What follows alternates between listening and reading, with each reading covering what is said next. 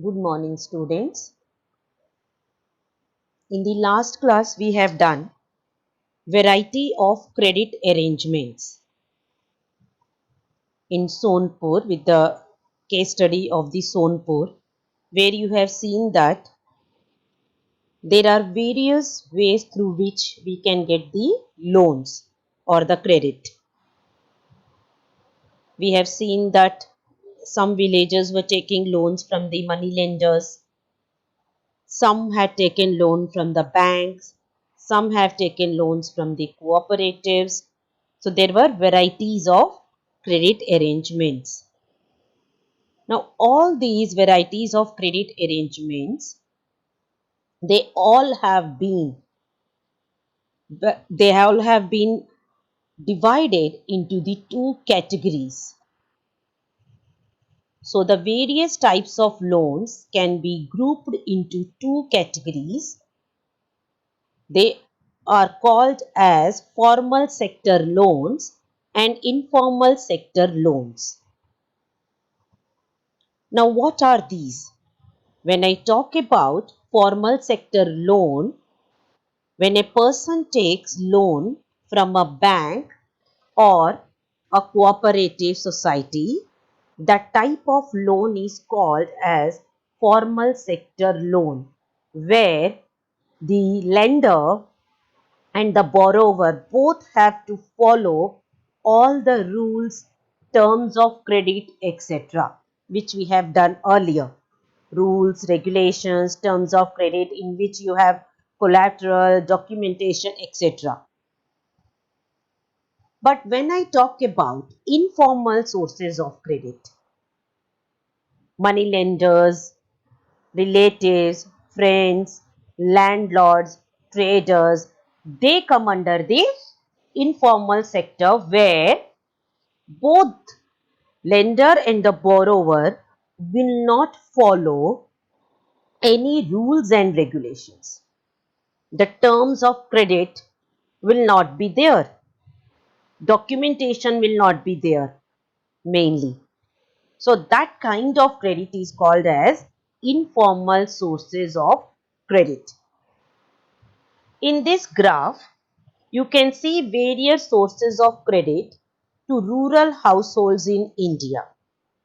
You can see this graph which is given over there, and children, this is the new data as per 2012 in the rural regions. Now what does this graph tell us about? We have so many sources of loans. We have money lenders, we have landlords, we have commercial banks, we have cooperative societies, other institutional agencies, government 1%, and other non-institutional agencies 2%. If you look at this, for example, if you talk about the commercial banks and cooperative societies or the banks, it is almost 50%. So 50% of the rural households at present, they also take loan from the formal sector. But there are still so many people in the rural region who are taking loans from the landlords, institutional agencies, relatives, other institutional agencies, etc. Money lenders. The highest number, if you see, if you don't add these cooperative society banks and commercial banks, if you talk about only informal sector, it is the money lenders.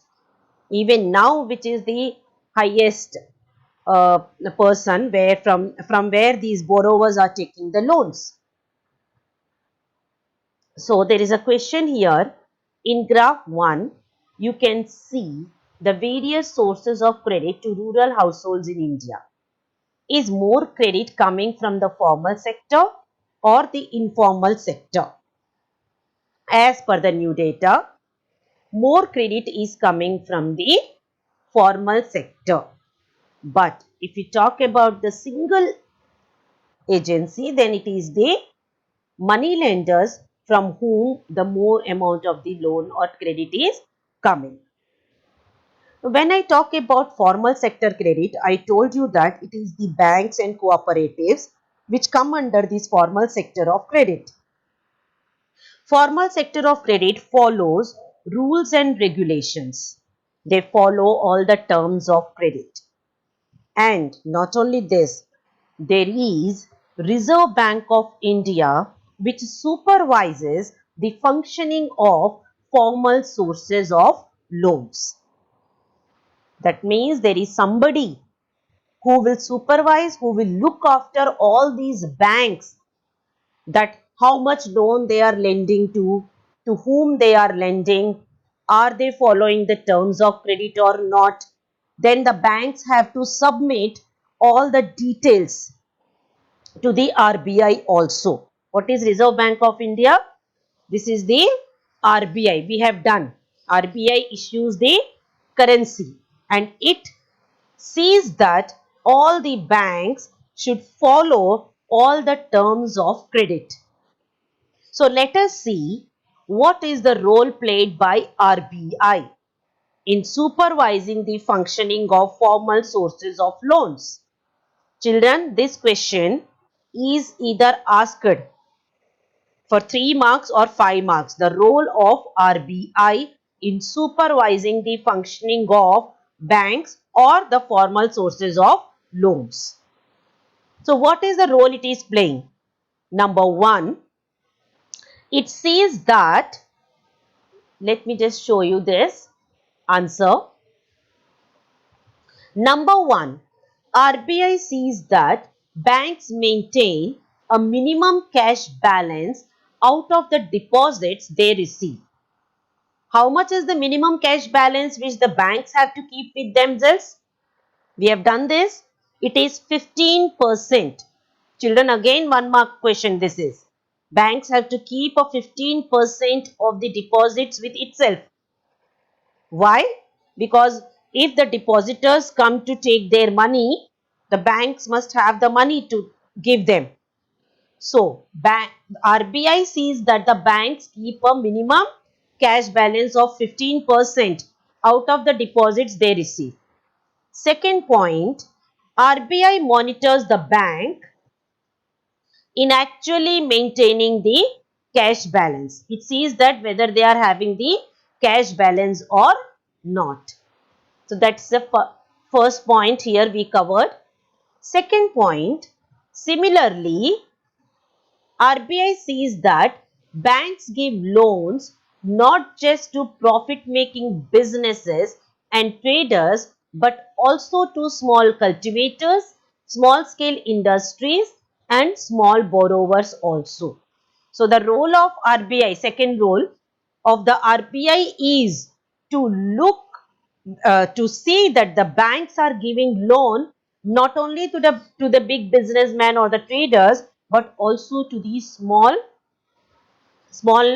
cultivators, small scale industrial people, small borrowers also. That means it sees that the loan is given to all people, not only to the rich profit making people. Third point, banks have to submit information to the RBI on how much they are lending, to whom they are lending, and what interest rate. That means all the documents of the banks they have to periodically show to the RBI. So, RBI gets the information about every bank, that how much they are lending, that means how much they are giving it as a loan, to whom they are giving as a loan, and what interest rate they are charging.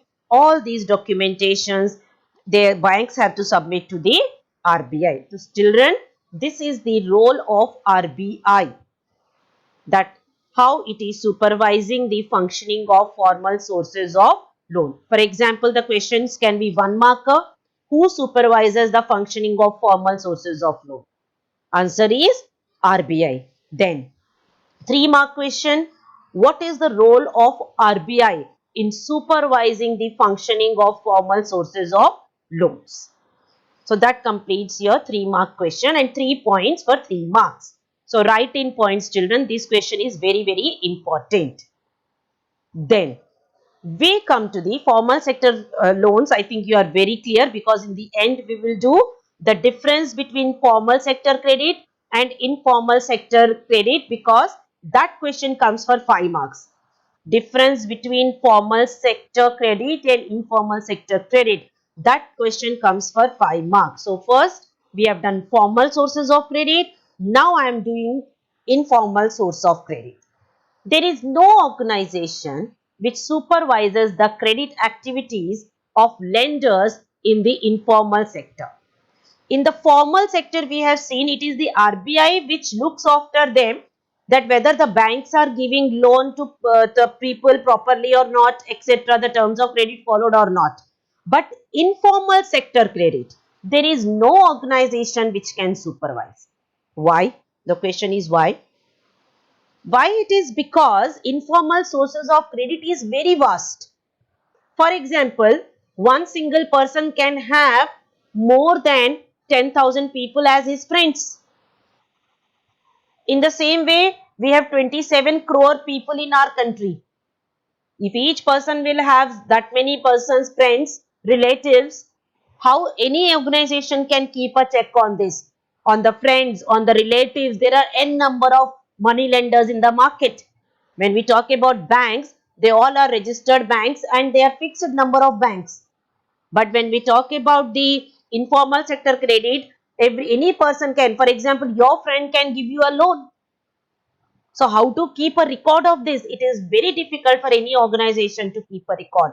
That is why there is no supervision done on these credit activities of the informal sector. That is the reason, children, we see that in informal sector credit, the money lenders, traders, landlords, they charge whatever interest rate they can. So the interest rate is varying from one person to another person. Your one friend can give you the loan at an interest rate of 16%. Other person can give you a loan at a rate of maybe 23%. So it depends, varies person to person there. So there is no supervision done on the credit activities of the informal sector. They can lend at whatever interest rate. So that is what I was telling you, that every person in the informal sector, on the needs of the other person, will charge the interest rate. So there is no one to stop them from using the unfair means to get their money back. And this we have also seen. If a landlord is giving loan to a poor farmer, a small farmer, and if a small farmer is not able to repay the loan, landlord will take away some amount of the land. So there is no supervision that how the loan is taken back. The people use unfair means also to get their loan back also. So that's how there is no supervision. Compared to the formal lenders, most of the informal lenders, they charge much high interest rate. If you take a loan, we have already done examples. If you take a loan from a bank, rate of interest is very low. In case of Arun, we have seen in Sonpur village. But in case you are taking a loan from a money lender or a landlord or a trader, the rate of interest is very high. Thus, the cost of the to the borrower of informal loans is much higher. So, if a person is taking loan from informal sector, his rate of interest is very high. Cost of borrowing, which is called as that, at what rate of interest you are taking the loan, that is very high in the informal sector. And when you take a loan at a higher cost, your interest rate is very high, then that means a larger part of the earnings of the borrower is used to repay the loan. That means if you are taking a loan at a very high interest rate from any trader or a landlord or a money lender, so whatever you earn, a large part of that you have to give it as a loan. You have to give it back from where you have taken the loan. So your saving is very low. But if you take a loan from a bank at a very low interest rate, like we have seen in the case of the person who has done the shoemaking, Salim. So if in such cases, If the lender is taking a less interest rate and the borrower is taking a loan at a low interest rate from a bank, his savings will be more, his profit will be more, because whatever he is earning, a small part of that only he is repaying as a loan with the less interest rate. Hence, borrowers have less income left for themselves if they take loan from the informal sector, just like we have seen the case of Shamal in Sonpur. In certain cases, some cases we have also seen with examples, if the higher interest rate is there for borrowing, that can mean that the amount to be repaid is greater than the income of the borrower. We have seen in the few examples from the Sonpur village again, that if a person is taking a loan at a high interest rate and is not able to repay the loan, then this could lead to increasing debt, like Rama in Sonpur we have done. So the person will fall into a debt trap. We have done lots of examples for this debt trap, children. How a person falls into a debt trap. So, for example, we have done how is the credit acts as negatively. In case of Lakshmi's case, we have seen how credit has acted negatively. She has taken a loan, she was not able to repay, so she had to sell a part of the land to repay the loan. So that is how she fell into the debt trap. Also, people who might wish to start an enterprise by borrowing may not do so because the high cost of borrowing. There are several people in our country who are poor, and those who want to take a loans to start their small business but are not able to do because the rate of interest of informal sector credit is very high. So they are not able to take the loan. For these reasons, because of these reasons, because high interest rate is charged in the informal sector and there is no documentation. Suppose because there is no documentation, a poor farmer who doesn't know, who is an illiterate person, he will be made to put a fingerprint, thumbprint. He will be made to put a thumbprint on whatever interest rate. And you might have seen in some movies and some cases where the person is continuously repaying the loan, but it is not over because the money lenders, they are not allowing the person to know what is written in that documents, because documents are not properly done in the informal sector credit. So that is why banks and cooperative societies need to lend more. So they have to lend more money so that the poor can come out of the poverty. This will lead to higher income, and many people could then borrow cheaply for a variety of activities. So, whether it is a village or whether it is an urban region, especially for the poor people, it is the banks and cooperatives who should lend the loan, so that these poor people, if they take loan from these banks and cooperatives, they will be able to come out of the poverty, and they could grow crops, they can do the business, they can set up these small scale industries, etc. They could set up even the new industries or trade in goods. Now the last lines here, which are given in the black letters, this itself is a very important and a repeated question in the board exam. If you take out the sample papers, definitely you will find this question. As it is, cheap and affordable credit is crucial for the country's development. Put it in inverted commas and then write justify the statement or explain. They simply will give you explain or they will give you justify the statement.